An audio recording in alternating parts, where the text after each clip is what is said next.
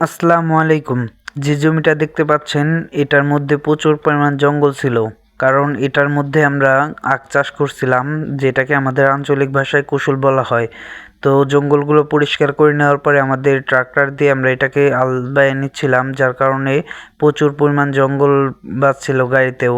তো ছোট ভাইকে দিয়ে পরিষ্কার করালাম, বেশ কয়েকটা চাষ দিয়ে নিয়েছিলাম। এরপরে আমরা এভাবে এটাকে আমাদের আঞ্চলিক ভাষায় নাইংলা বলা হয়। তো নাইংলা দিয়ে আমরা জঙ্গলগুলো পরিষ্কার করে নিচ্ছিলাম, কারণ আমরা এই খাতে মরিচ লাগাবো, তাই খুব ভালো মতোই করে নিচ্ছিলাম। তো করার শেষে আমরা আমাদের গরুর গোবরগুলো আমরা অনেক দিন যাবত এখানে জমায় রাখতেছিলাম, যে আমাদের মরিচ খেতে এটা দেব, এই জন্য রাখতেছিলাম। তো এগুলো শুকায় অনেক সার হয়ে গেছে, এই জন্য আমরা দুজন লোক নিছি আমাদের পুরো ক্ষেতটাকে গোবর দিয়ে করার জন্য।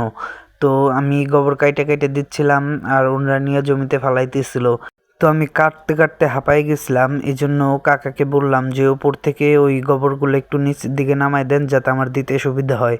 পরে ওনারা নামাই দিল, আর আমিও দিচ্ছিলাম। ওরের মধ্যে প্রচুর পরিমাণ পিঁপড়া ছিল, যেগুলো আমাদের অনেক কামড়াইতেছিল, আর আমাদের ওইগুলা করতেও খুব অসুবিধা হচ্ছিল। তো আমরা পুরো জমিতে গোবর দেওয়া শেষ করার পরে অনেক বড় বড় গোবরের দলা ছিল, ওইগুলো ভেঙে দিচ্ছিলাম, যাতে গোবরগুলো মাটির সাথে খুব ভালোভাবে মিশে যায়। তো গোবর দেওয়ার শেষ করে আমরা জমিতে আবার চাষ দিয়ে নিচ্ছিলাম, যাতে মাটির সাথে গোবরগুলো খুব ভালোভাবে মিশে যায়। কারণ আমরা সবসময় শুনে এসেছি যে গোবরগুলো মাটির সাথে মিশে গেলে গাছের জন্য খুব ভালো কাজ করে সারের পরিবর্তে। তাই মাটির সাথে মিশাই নিচ্ছিলাম, যাতে আমাদের মরিচ গাছের ফলনগুলো খুব ভালো হয়।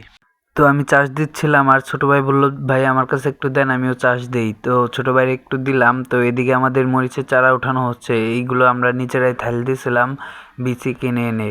তো লাগানোর মতো বড় বড় হয়ে গেছে, তো ওনরা উঠাই নিচ্ছিল লাগানোর জন্য।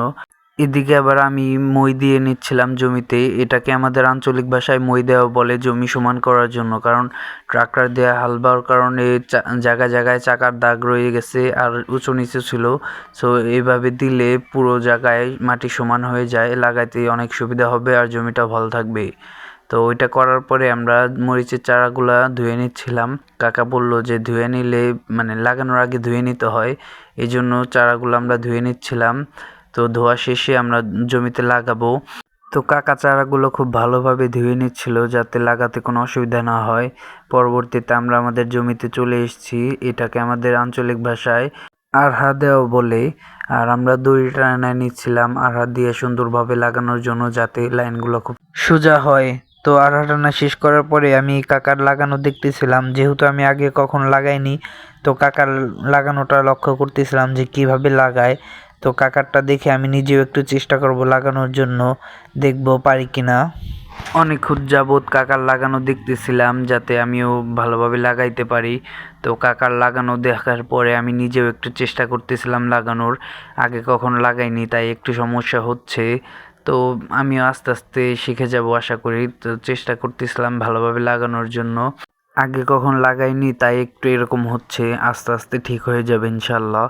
তো আমি আর কাকা অনেকগুলো চারাই লাগাই ফেলছি। তো লাগাতে লাগাতে চারাগুলো শেষ হয়ে গেছিলো। পরবর্তীতে আবার আমরা চারা উঠাই নিচ্ছিলাম আমাদের জমিতে লাগানোর জন্য।